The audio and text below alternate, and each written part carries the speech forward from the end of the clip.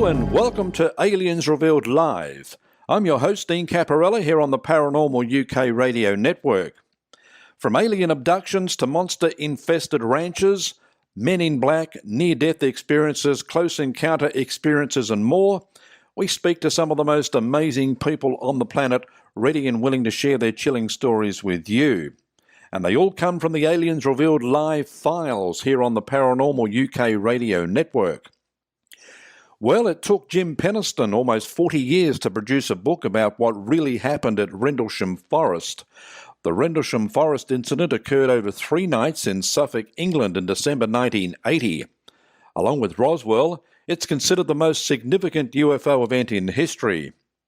Rendlesham has been reported on and discussed so much since it occurred that the facts have become somewhat skewed. Penniston has always been available to speak about what happened.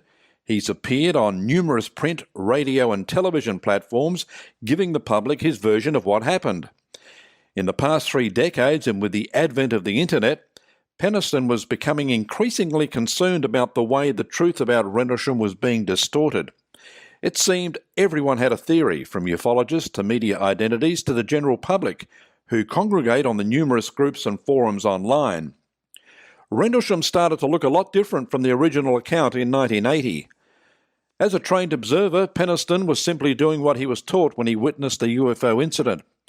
His testimony of what happened is powerful because of his training as an observer.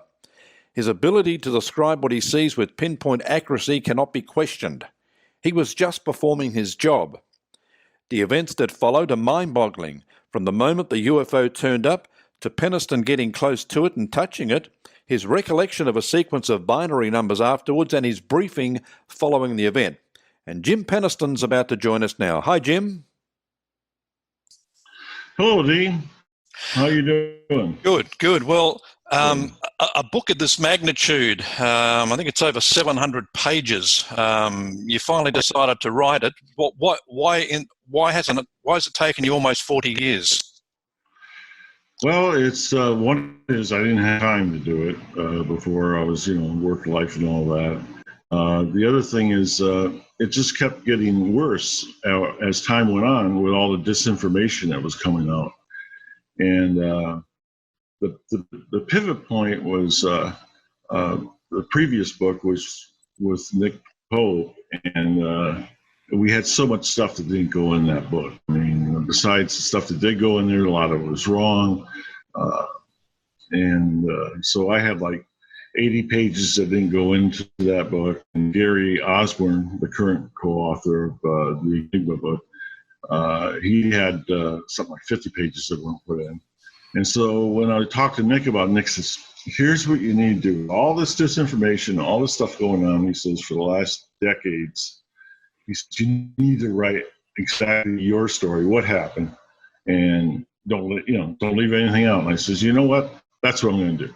Mm-hmm. And so I got a hold of Gary, who was part of the Rendlesham Forest research team that we started in 2010, and he was instrumental in writing the book, though. Yeah, yeah. So that was the reason why we decided. Yeah.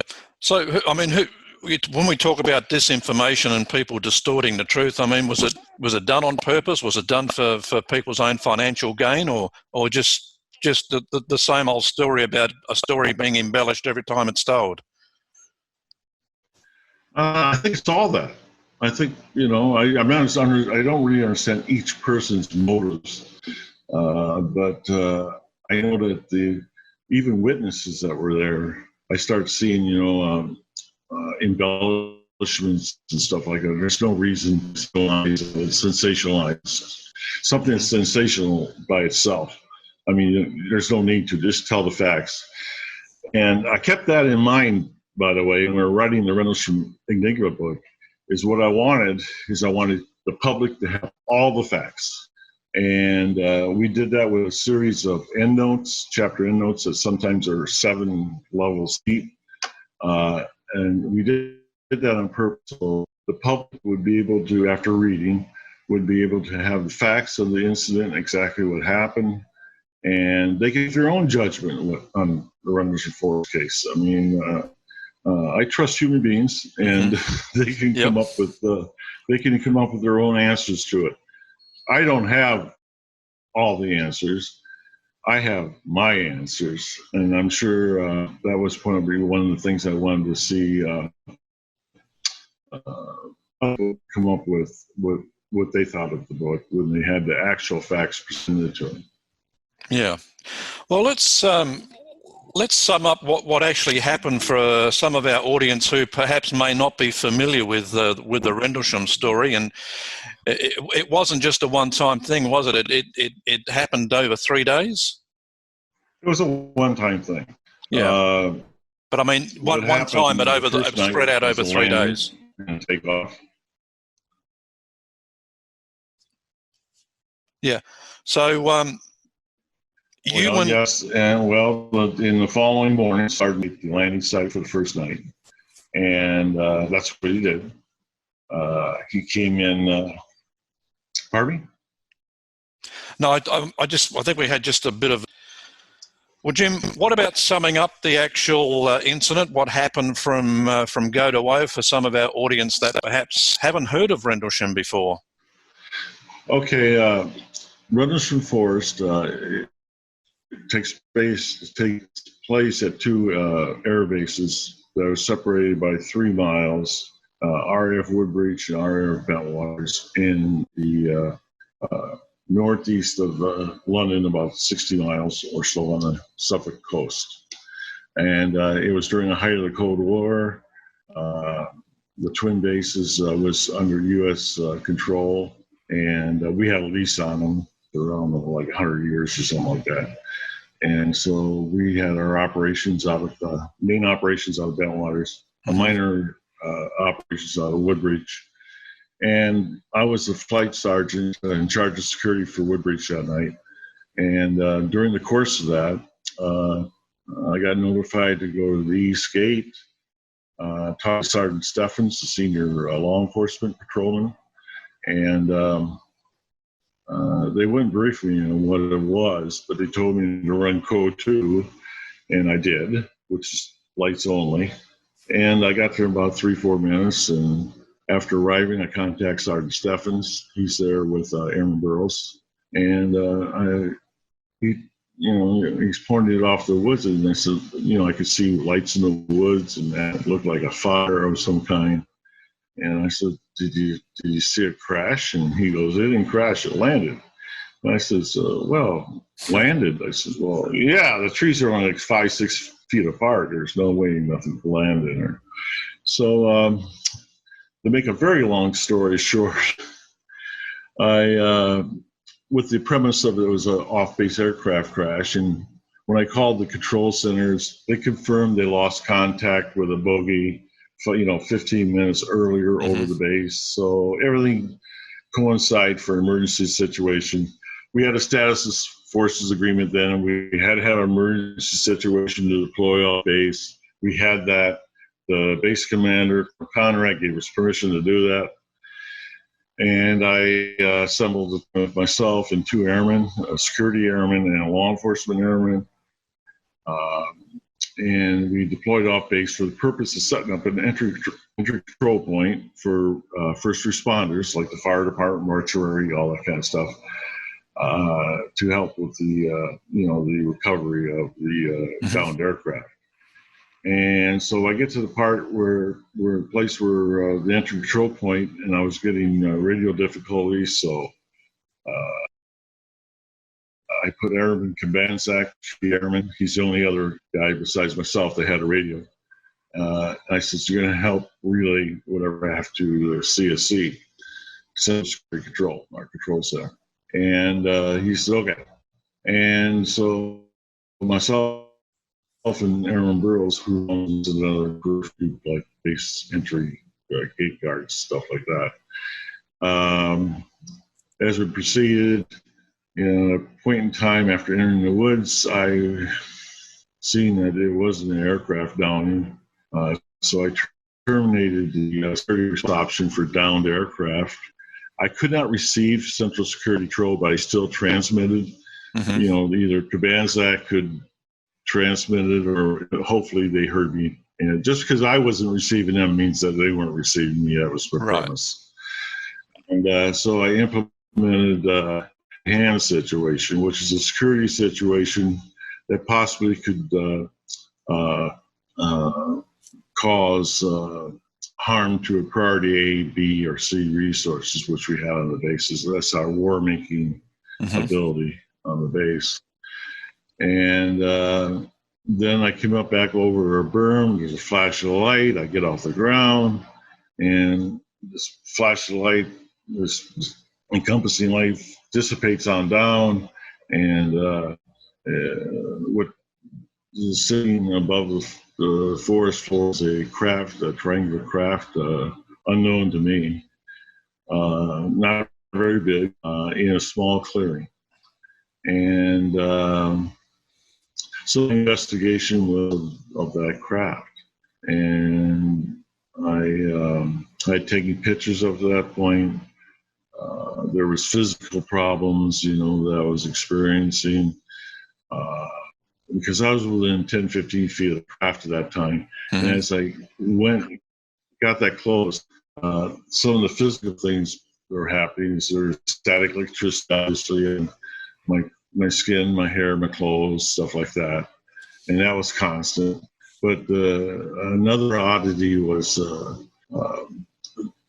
my movements of walking seemed labored. If like I was walking a pool of water that was waist deep, I had that type of effect from it.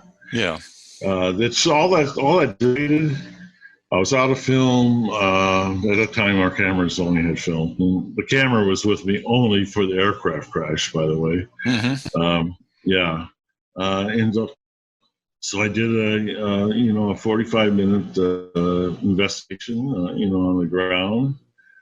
Didn't think I was going to survive. I had to the back rear of me an control point, which is like 50 yards away.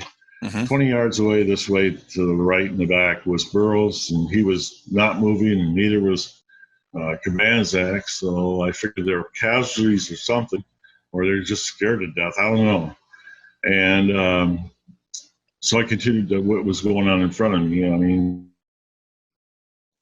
the security situation, which I was supposed to do, and recorded everything I could on my notebook. And then as I came back around after a 360 walk around to make it even more spectacular. Oh, by the way, I mean, I can go in a lot of detail about this. I mean, I was looking at things on the craft, things that would make an aircraft fly. It had nothing. It was void of intakes, exhausts, But you were able to touch the craft as well. Yes, on the 360 walk around. Well, the first time I touched the craft was actually because the light coming down from underneath the bottom of it. It was about 2 feet, 3 feet off the ground. And I was trying to figure out what type of landing gear it had. And all I could see is just 3 beams of light coming down underneath it, which actually made indentions in the, so it was a technology I didn't understand. Obviously, it wasn't light. So I tried to move it. Like if you had a car out there in the middle of the woods, a car would budge, an inch or a half inch or something like that. You get a little movement. This didn't move at all. So it was fixed somehow above the ground. And so I'm doing the 360 on it, and I come back around the other side, and then I see etching on writing. And I at first thought was I felt relieved because that means it's going to say something very understandable, like NASA, USAF, a sickle on it would have been good, anything, And get around to it, it wasn't no writing like I seen. It was these are glyphs that were on the craft. And there was a row on the bottom, and then on the top there was a triangle with a circle around it. And so I had wrote down that stuff in my notebook. Went back around At that point, I started touching it more because the craft itself was warm to touch. The air temperature was 32 degrees, 33 degrees. So I would say that and this is a guesstimate, I would say that the temperature was 55 degrees, that felt warm. Later, I found out through Sergeant Nevels, who investigated it, that the radiation at that point was 100 times normal beta radiation. Right. So Right. He says, no, and he told me years later, he said, no, I wasn't like temperature because it's with heat. He says, because that's what I thought, maybe from landing or something, from, the air or something. Yeah. And he said, it's that radiation. But the neat thing about radiation was only directly underneath the craft, and right there, Yep. so it's pretty localized. Was the craft solid in the fact that it had no rivets in it? Was it just one solid outing? It was black opaque color craft. There was no riveting, nothing like that. Completely smooth. I call it like in appearance. It was metal of something. I don't know. It was very smooth though. So when I came back around, I'm feeling that, because it was very smooth. And aircraft don't have that type.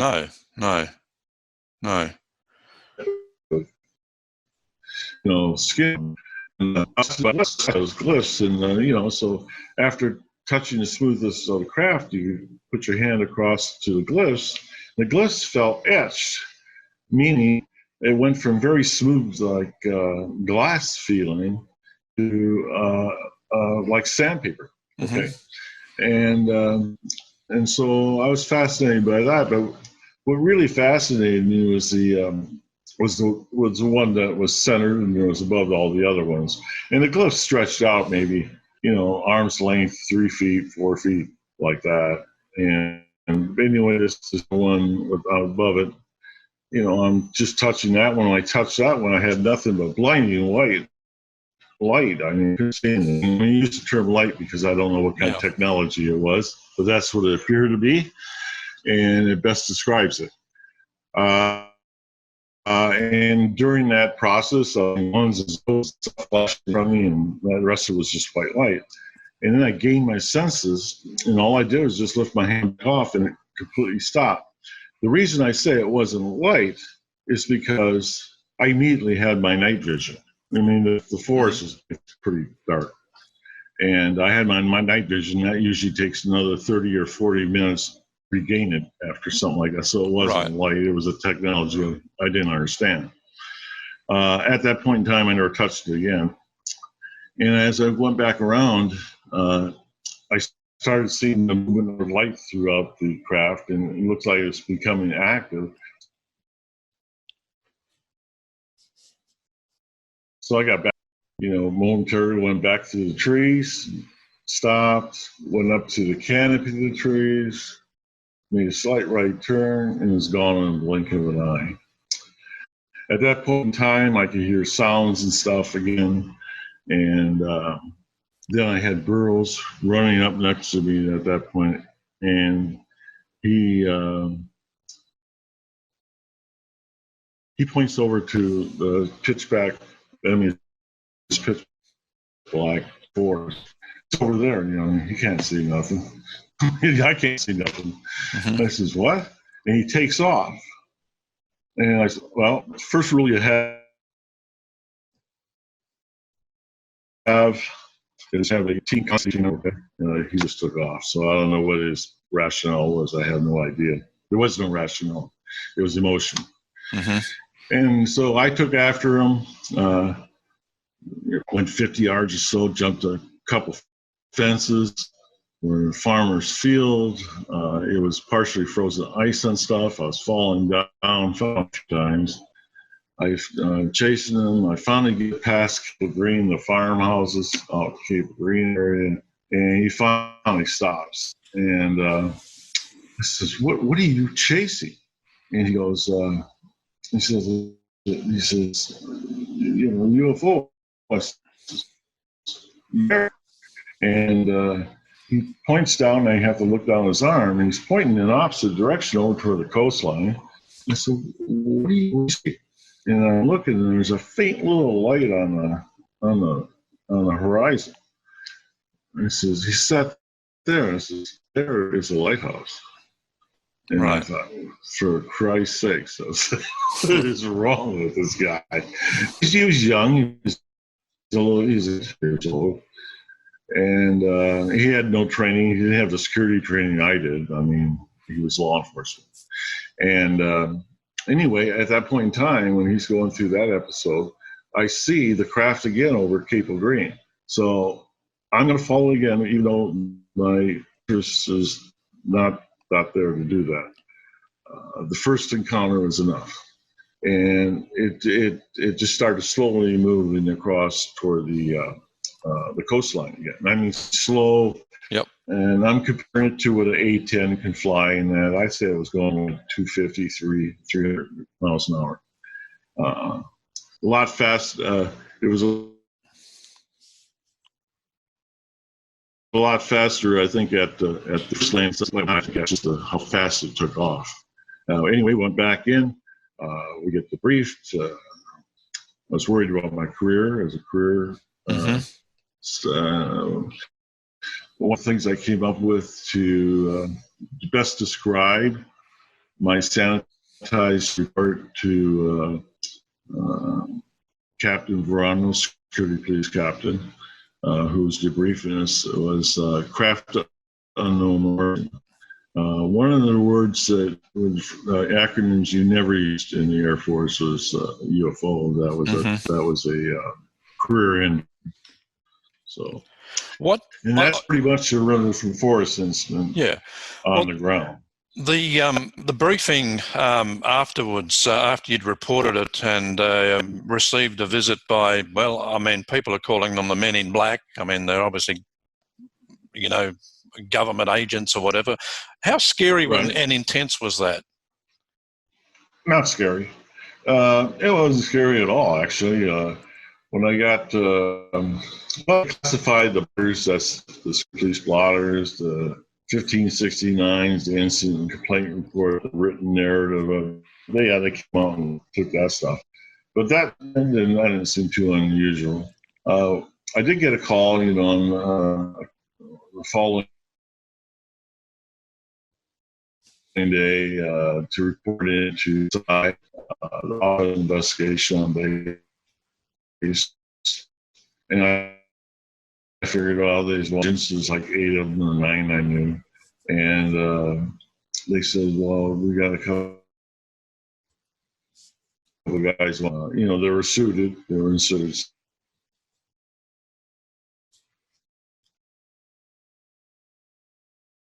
Told me to, if I wrote out a statement and wrote everything I want, that I knew, this would just go away. I said, great, that works for me. And so I did that. And so I'm waiting for him to type it up. It was handwritten, 4 pages, legal paper. I wrote it all out. I wrote everything down because I wanted it to go away. And when they come back with it, they only had about, this much of a page, single line typed. I'm like, wow, that's consolidated. I said, what we want you to do is read this, and this is, and memorize it. And I said, okay. He said, this is what you're going to tell anybody who talks about this incident from this point on. And I said, it's like who? He said, whoever, the base commander, wing commander, whoever, anybody asks about it. He says, this is an active investigation right now, and that means that they're in charge, these people. I said, okay. And that's all pretty much standard procedure, too. I mean, as far as investigations, I said, okay. So I memorized it, and that's actually the start of the cover-up. I guess I was part of it, but I was following orders. Yeah. How long after that time were you able to speak about it, at any length?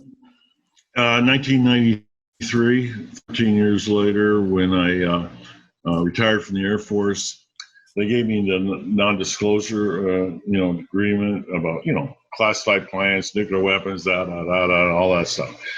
And I says, there's nothing on here about, I said, about RF bent waters. I says, and I told the guys out processing, and he says, can you check on it to see if that's classified yet?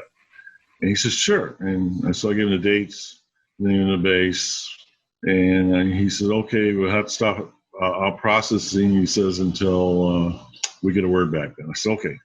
So I went home, and so later he calls me. He says, yeah, he said, I got an answer back, come on in. I says, great. So I go on in, and I says, okay, what was the answer?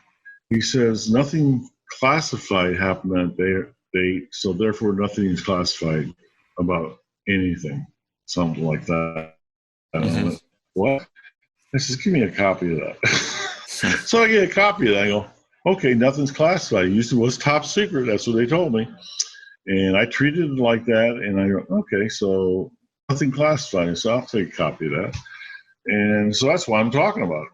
That's why when the Halt, as a matter of fact, when Coral Halt, he had retired a year or two earlier, he told me, all of them, yeah, I had to add into to say there wasn't classified. I says, because, I apparently can talk about it.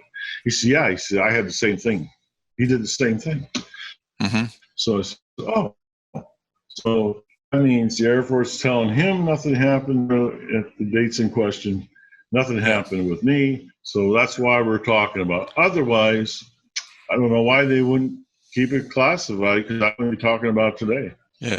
Let's talk about the binary code. How long after the incident did that come to you? Okay, well, I seen it, the ones and zeros immediately with the light. But I went home.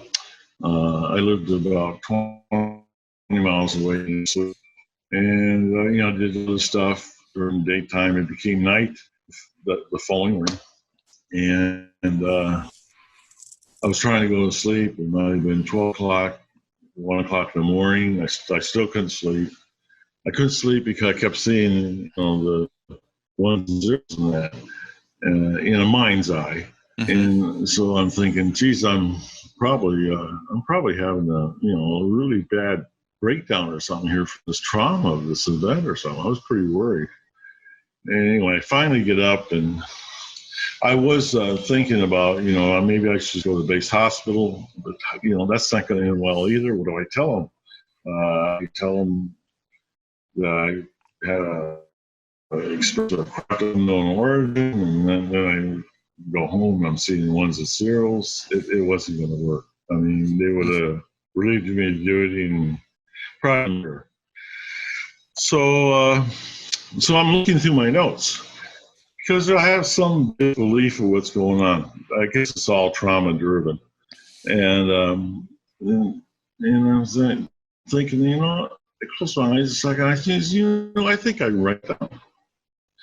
So, the only paper I had was a notebook. So I flipped to the back of it, where I had a lot of pages in it. And I started writing, 0, 1, 1, 1, 0, 0. And when I did that, I felt better. I felt like a relief, okay. Yeah. Yeah, like a relief. So, man, I'm just writing away. As a matter of fact, it was so bad that, how you have pens that clog up. It clogged up the pen and blew right.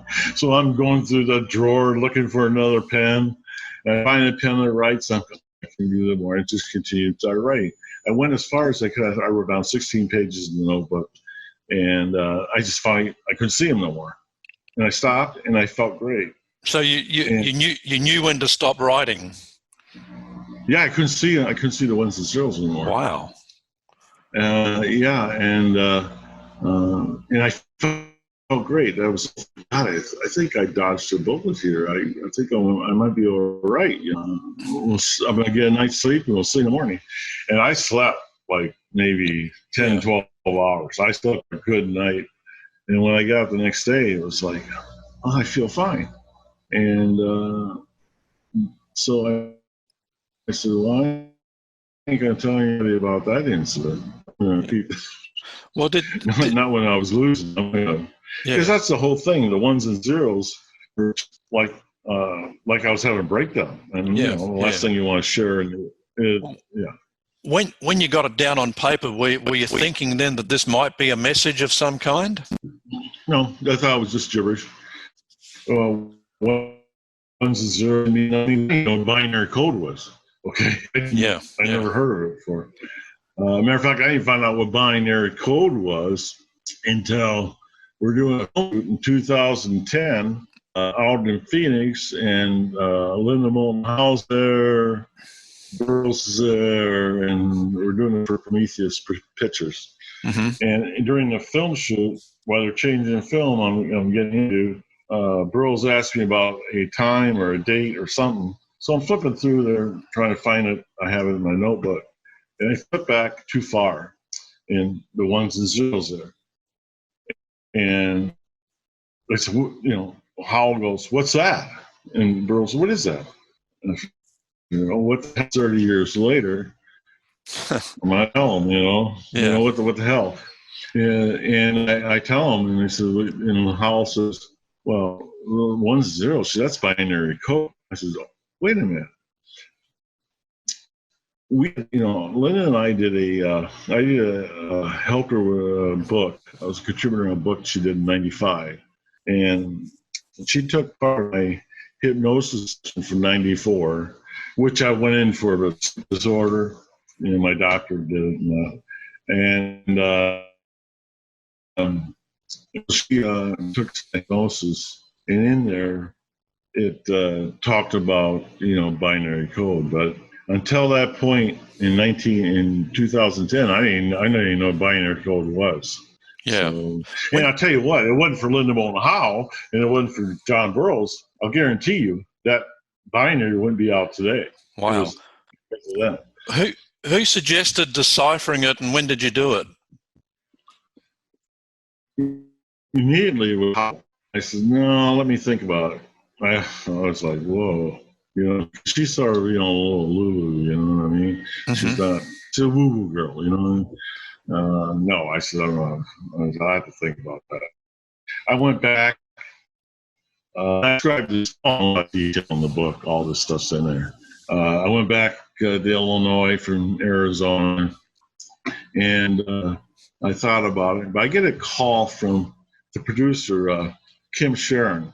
She actually Prometheus Pictures. They do the Ancient Aliens, by the way, mm-hmm. series. And she says, "I heard about this binary." She says, I'm thinking, "So you got a third party?" She says, "Yeah." I said, "Yeah, I'll send you 5 pages of it, And that's what I did. And so she's going to have it sourced. Meanwhile, I'm getting badgered every day, 2 or 3 phone calls a day by Howell, wanting me to release the binary, and I wouldn't do it to her. So let me think about it. But I also had Prometheus already doing the decipher of what I thought was going to be nonsense. And I get a call like 3 or 4 days later, and Kim Sharon's beside herself. She says, "This says something." I said, "You got to be kidding me." That's a nice way to put it. I had other words. So we find out what it said. And it's, my God, it says, "Isn't that something?" Because it was something that was spirit of the moment. What I thought was a breakdown turns out to be some kind of message. So I send, I faxed 5 pages to Linda so she could do it. So I sent it to, a professor in Australia, one in North Carolina. So she had 2 or 3 sources that she used, mm-hmm. and they were going to decipher. So I get a call a couple days later from her, and she's like a little kid in a candy store, okay?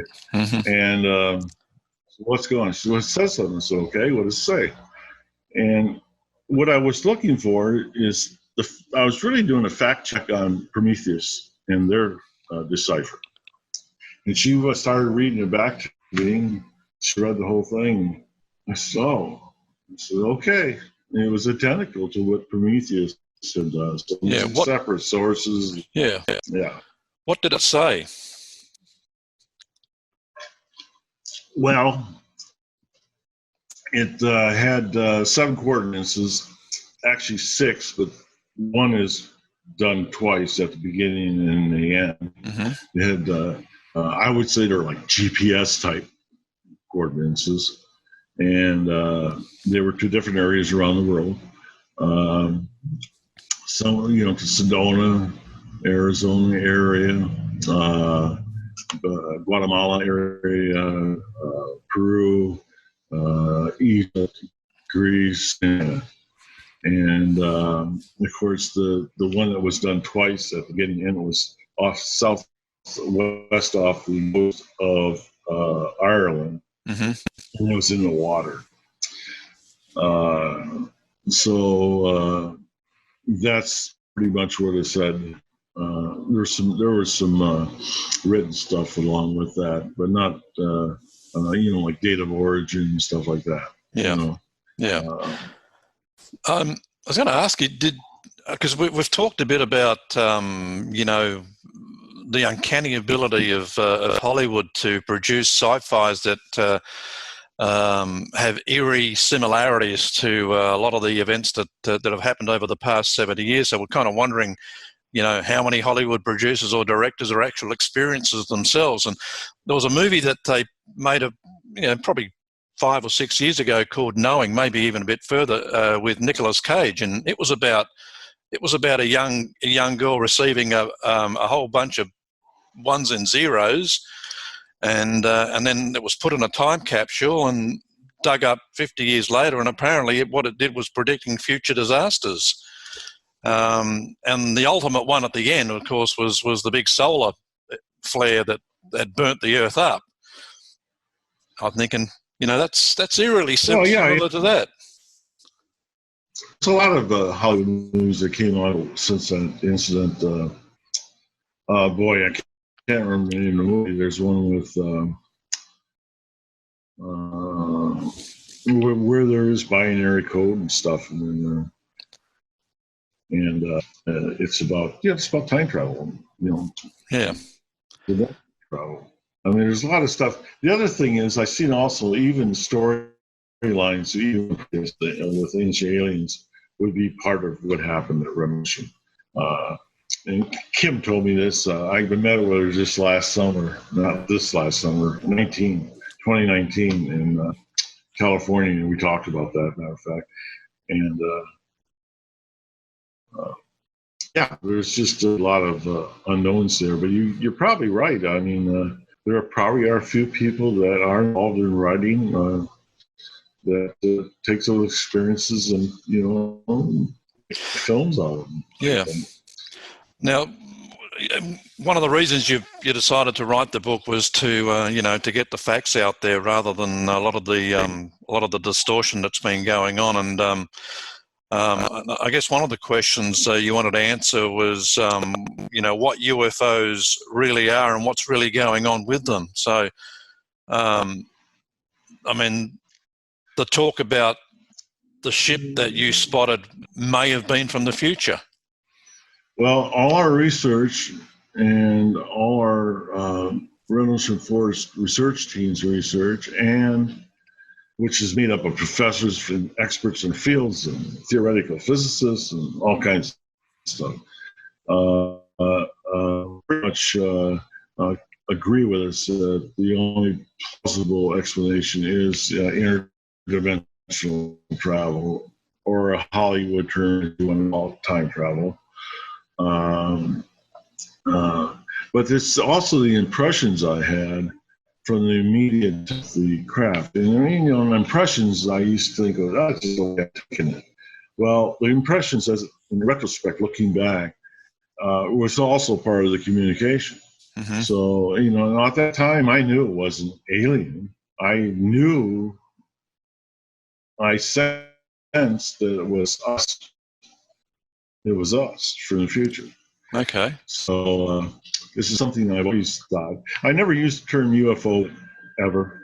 Mm-hmm. Not unless I got forced into it by a documentary, I think. Yeah. But otherwise, no, it wasn't. You know, 'cause that connotation is just like nuts. They talking about aliens. There's no. One of the other things that impressions I had is even in the future, we, us humans, are still waiting for, first contact. It hasn't happened. So what these people are seeing, hey, we have all kinds of theories, about grays and stuff like that. We have all kinds of theories. The craft was too small to have to be occupied by human beings. It's too small. So one of the theories that we have, working theories, is that they have hybrid cyborg type, robot type entities who are able to save the river of interdimensional travel. Maybe they're the grays that you're talking about. Maybe that's the advanced entity. I don't know, but everything that we found from our research indicates these are not from like extraterrestrials or stuff like that. Yeah, I know it's disappointing to the people that want to believe stuff, I guess. But I'm not gonna play that game. I'm just not going to play that.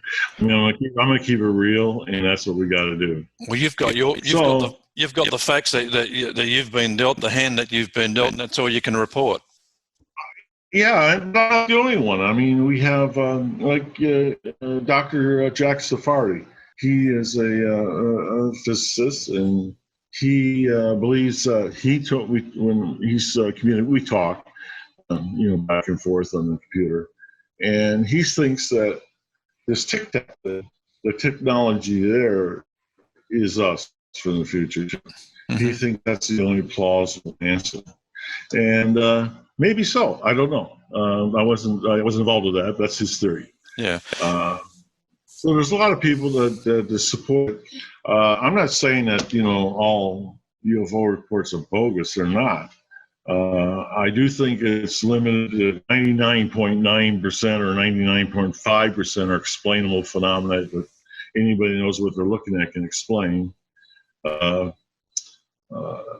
even at other small, less than 1% percentage on the reports in the world a year, that's still 5,000 cases a year. I mean, that's a lot of unexplained cases. So, yeah, there's modified cases, no doubt, but there's also people just don't know what the hell they're looking at. Right. Well, the most recent one I got is like I must have had 50 people send stuff to me by email and messages over that blimp in New Jersey. A couple of weeks ago. I mean, and it's the first one I get, I didn't know about it. I go, or dirigible, I'd call it. And they said, no way. And all of a sudden, a couple of days later, it comes out. It's just that people don't know what the hell they're looking at, So what they do is they let their emotions take over, and it's what they want to see. And Jim, do you think the government knows what's been going on and they've been keeping things from us? I think the government has. The government's pretty general. It's known within certain, I would say, unacknowledged special access programs, which just pretty much means that it's a special access program. Then if you get a subcontractor looking at it, it makes it unacknowledged. So there's no way to actually presidents or Congress, or you can't see it. It's pretty well hidden. I think that's what you call a black department. Right. And I think they know. I think they, especially from my meeting with the former CIA analyst, Kit Green, in our 2-day meeting, I was my attorney, by the way. His thoughts. They're trying to reverse engineer it. The whole thing. So Right. they think the one thing they're concerned about is propulsion. They want to know how they think they can identify through reversing, looking at contactees' brains through a MRI. They think they figure out the actual year of origin or where they come from. Maybe that's the starting point. He was telling me all kinds of stuff, which I cover in chapter 8, I believe it is, the Colloquium in the book. That's one of the most Colloquium, it's one of the most fascinating chapters in the book, Jim. I mean, I was kind of mesmerized by that chapter, and the meeting with Kit Green was one that you were pretty suspicious about there. Right. Yeah, Burroughs had bought a Cook Mine. I mean, he went and visited Greenwich, visited him in Phoenix, and of course our attorney was there too. And the attorney stepped out of the room, and when he came back in, I mean, Burroughs had his shirt off, and he's getting ready to get a blood test. And what are you guys doing? And he stopped. He tells me all this stuff. I go, oh yeah, there's something wrong there. I said, you know what? I don't know if there's such a thing as a former CIA analyst. I wonder. Right. And my attorney said the same thing. He says, I don't know either. He says, why after all these years, and this is like in 2013, I believe it was, they contacted us again, 14. Why? Well, because Green told us. Green told me anyway. He says, I asked that question. He says, well, we're looking at about 8 scientists. We're working, as subcontractors under the government. He said all that. And he says, he says, we're looking at these 50 people that had direct contact. He says, it seems like there's a part of the phenomenon is that at certain distances, the way whatever your mind is preconceived to see, you see, is part of the self-defense or cloaking of the actual object itself. And the closer you get, he says, the more you see what it is. And he says, we're right there. He says, we feel that there was no, but you seen it for what it was. And I said, okay. And of course, Burroughs was 20-some feet away, which is still close. And there's no reason why he can't describe everything about it either. I said, okay, well, here's what we want to do. He offered me a really nice offer. He offers me, if you make me your doctor, release that. He says, I will go ahead. You do an MRI on you. We'll send you to Stanford research. We'll have you do DNA blood testing. He went into all this stuff. And I said, what do I get on the return? He says, what do you want? He says, money? I said, no. I said, just ask you, what's the purpose? What does this do? He said, well, you value humanity. I went, oh, yeah? It's a lot of work for humanity. He says, with this any medical condition, he says, we can get you probably 100% disability with VA. I said, oh, is that right? I said, I'll give you a call on that. I never called him back. I was like, what the hell is that about? This guy's trying to bribe me anyway, and it didn't work. Right. So basically wanted to use you as a lab rat? Pretty much. I mean, that's what it sounds like. He says that they can do this imaging anywhere in your brain. He says what has happened in the past, it's left a signature within. Are you okay? Because you look frozen. No, I'm good. Okay. Yeah. So let's some type of the signature, and that's one to look at. And I went, so you want me to sign everything away, right? So you get all VA records? I said, no. that ain't gonna happen, and that's what I did. So I never did let it call them back up, but and I'm not, what it is, they're trying to buy you, and I can't be bought. I mean, that's just the way it is. I was fascinated. I'm not rich. I buy. I'm not rich, but I live comfortably. I don't need that kind of stuff. I was actually fascinated when I think you started talking about the survival rate of the people that they were using. Yeah, when I asked them out of those 50, and I says, "Well, how many are alive?" He says, 2. I says, "Who's that?" He says, "You and Burroughs." No. Wow. Well, I mean, if you wanted to make money, you could have asked for the farm, I guess. Yeah. That or get a full disability from the VA, and that's not right. I mean, why do you do that? You have people actually hurt, coming back with brain injuries and everything else, missing limbs. You don't want to do anything like that. But this is what I find fascinating.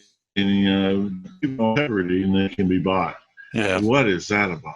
Yeah. I mean, how do they get up the next morning to shave and look in the mirror at themselves? I don't understand that. I really don't. Yeah. No, I can't figure that out either. Jim, getting pretty close to time here, but I just wanted to ask you one of my last questions. How's your relationship with John Burroughs? See, in 2015, after we did the National Press Club, he wanted to go ahead with this British Condon report, which is a red herring report. He thought that was important. And I says, no, the answers lie with the binary, John. So I thought we left amicable, last talk. And then a year or so later, he was hitting me on the internet and calling me names, and I haven't talked to him since. Besides, I don't want to have nothing to do with a person that took up Dr. Green's offer. Okay. Yeah. So I won't let it. Good relationship. It's just I just can't stand anybody that doesn't have integrity. Do you think there was an ulterior motive for John contacting you again after so many years after the incident? Yeah, money. I think he wanted to make money off it. That's what okay. I believe. I can tell you something about the. Ever since I've been public with the Rendlesham Forest, all my money, honorariums, has gone to my charities. I haven't kept any of that. Even the proceeds from the first book, that's all went to charity. I haven't used any of the money from Rendlesham Enigma. That's going to go to my charities too. Right. I tell you what, I look at it as a gift from that. It was around Christmas time. It was a gift that was given to me. I'm not going to make money off of it. And I really get a little bit irritated with people that want to make money off the incident. Yeah. Jim, do you get pushback on the information that you've revealed, like in the last few years? No. Pushback meaning about is it true or not true? No. I mean put pushback from government sources. Oh, I initially did. I initially had problems. One of the biggest pushback is this made-up Condon report from England that came out in 2005. It was designed to cover up their mistakes that they made, and that's not working. I mean, no, I tell you what, the incident, I'll stand behind it till the day I die. I mean, it's been 40 years here coming up in December, and believe me, everybody's looked at this every way possible, and they cannot debunk it. And that's because it happened. Yeah. I mean, you're trying to debunk something that actually happened, and it's just that way. And the other thing is they look at it as this is just another UFO case. It's not just another UFO case. I said this one's real. You know. Yeah. There's you talk about the debunking. I mean, the Rendlesham incidents. I think it was a lot harder to debunk than even Roswell. I don't know about Roswell. I tell you what the Rendlesham had. I mean, we got so much physical evidence. We have so many people. I mean, we were working at least that night on both bases. Then we had going into the third night with Monroe Nevels and Colonel Hall. I don't know. And then we had dozens of civilian witnesses. I mean, to coordinate this as a hoax, you'd have to be the most brilliant organization in the world or something. I don't know how you do that. Yeah. You know? Yeah. It doesn't matter. But the thing is, I really don't care what people really think about it. If they don't believe me, okay. Hey, I'll tell you what, if I'm in your shoes, I don't believe me, you know. But the purpose behind the Rendlesham Enigma is I at least wanted to make sure that everybody got the facts. Right. And they can make up their own mind up. I mean, but what I tell you, everything in there is exactly what happened. Right. It's unsettling, and sometimes the truth is a little rough, but that's the way it is. For example, some the commentary in there about Burroughs is really rough. You know, my hypnosis in '94 because they asked me about what I was thinking of Burroughs, and I just put it in the book. Right. And it wasn't copyrighted, but it was true. Yeah. That's the way he was. Yeah. So what can you say? You know. Yeah. Are you planning book 2? Is that far away? Book definitive. Book 2 is Gary Oz research, his theories and stuff that he wants to put out. And I said, I'm going to write a little bit of that on some of my theories, like we talked about here earlier. You know, what I think as far as theoretical theory stuff, and but the most part of the book is going to be Gary and his research. Right. I'm not going to press him for a date because you know what? You can't. Book 1, and that took 5 years myself between me and him. I just didn't have I tell you what, I just didn't have. When I reread the stuff, words I was using weren't descriptive, but 3 months in this. So that's not descriptive enough. I need to better explain that. And those are the kind of details we went into. Right. Gary, on the other hand, looked up what the other witnesses said and some of the other, evidence. Came his end notes. Hey, that's the amazing thing about that, the Rendlesham Enigma. Of those 702 pages, 300 pages of those are end notes. You know, so, wow. At the end chapter notes. That's massive. And that should tell you a lot right there. I don't know of any book about the Rendlesham Forest incident that backs up everything that you're saying in the book. Yeah. You perhaps should send a copy to some of the skeptics. You know, I mean, who'd go to the trouble of writing 300 pages of end notes? You know, I mean, it's okay if we have skeptics. It's fine. You don't want to believe it, fine. Yeah, I don't care. It doesn't make any difference to me. Yeah, it's the debunkers that are probably more annoying than the skeptics. Jim, what I find that I get mainly email from readers that have similar type events. And sometimes because there's only stuff that I know, and they actually come up with it themselves, from their own experience. I go, that's a real experience there, and I should take note of it, and I do sometimes. I love what the readers say. Some of the readers are on their 7th reading, and they still say they're still finding stuff in it. I didn't know what's in there. Yeah. So it's, here's what I do. If you're not a researcher with Rendlesham, I would just read the chapters. Okay. If you're a true Rendlesham researcher, go ahead and read those endnotes too. Mm-hmm. Okay, that's fair enough.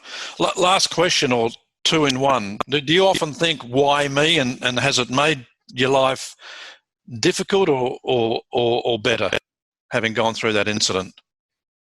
Why me? Because I think it's the way I handled it, the whole situation, and it was about the binary code. That's what Rendlesham's about. It's not about any individual. If I had a choice, when I picked a Christmas or a New Year's schedule back in 1980, I would have picked the New Year's schedule instead, and wish I wasn't involved. Okay. So because it hasn't been a very good road. Believe me, it's a very troubling road, and you still suffer from things today. I mean, like PTSD and stuff like that. So if I had a choice, I wouldn't want to be involved at all. Right. And I think that would have been a whole Rendlesham was a life-changing event for me, unfortunately. So, but you know what? You make of what you can out of life, and you deal with it, and that's the way I've done. Yep. Well, Jim, thanks very much for your time. Really appreciate it, and fascinating discussion. And I look forward to book 2. But firstly, like to let our audience know that, I mean, as I mentioned earlier, I think this will become one of the most relevant books in ufology, in the whole ufology niche, and certainly one for people who are serious about ufology to read. Yes, and you can pick the book up on Amazon.com. You can have it, paperback, or you can have it Kindle. If you have Amazon the Unlimited, it's free. So that's my sales pitch. Fantastic. Thanks a lot, Jim. Okay, all the best to you. Okay. Yossi Ronan's true alien story has a strong message not just for himself but humanity as a whole. Ronan had no interest in things extraterrestrial prior to his alien visit, but that all changed in 1981 while he was taking a nap. He was not only visited by real-life ETs, but also experienced the power of consciousness. The ETs appeared in physical form to him, but in actual fact, according to the message Ronan was given, they have no definite form. It was an experience that left the Israeli man a little shaken, but mesmerized at the same time. It began a span of more than 30 years of research. This is one of the more remarkable alien contact events to have happened in the past 50 years, with a strong message for humankind. Of course. I was for a year in California, in Los Angeles. My brother invited me there he has a small business, and it was a good time for me to earn some money for university. So his business was painting houses around, and I helped him with that. And one afternoon after work, we came to rest at home. It was afternoon, it was not a night or something like that. And I went to bed, and I fell asleep, and then I had a weird dream. Now, the dream was that I saw myself sleeping. Then I didn't understand that I had an out-of-body experience. I know it after that. I understood that. But the first thing that was that I was in a dream, and I saw my body sleeping on the bed. And it was a good feeling. I didn't felt any strange feeling of something. And in that dream, I saw the creatures for the first time. They were wandering in the room. One of them was standing near my bed, looking at my body sleeping. I was with my face to the wall. And he was looking at me, and others were walking in the room, examining things. One look at the television, touch it. The other one took a paper from the table and touch it and feel it, and maybe smell that even. The other one was walking, a little bit weirdly walking. And I felt that this is, to be in the room, it was new for them. To walk was new for them. They were very clumsy. And they were very curious about what's going on there. And we had the connection in that dream. In that dream, I didn't see a body of myself or something like that. I was something transparent near my bed, watching them, and we had a connection. I don't remember what was the connection in the dream, but we felt very close and like friends. And we laugh. They like to laugh. That's how I felt them, and it was a good communication. And then I woke up. I woke up with my face to the wall because I heard the noise in the room. And I didn't know what's going on in the room. And I remember the weird dream that I have with small creatures that were green with black eyes. And that in 81, there was no internet, or I didn't see any books. I was not interested in this kind of subject at all. I just felt it was a very weird dream. I was very amused, and we were laughing. And then I heard the noise, and I started to think that maybe a thief came to the room, because I heard noises that things moved and like that.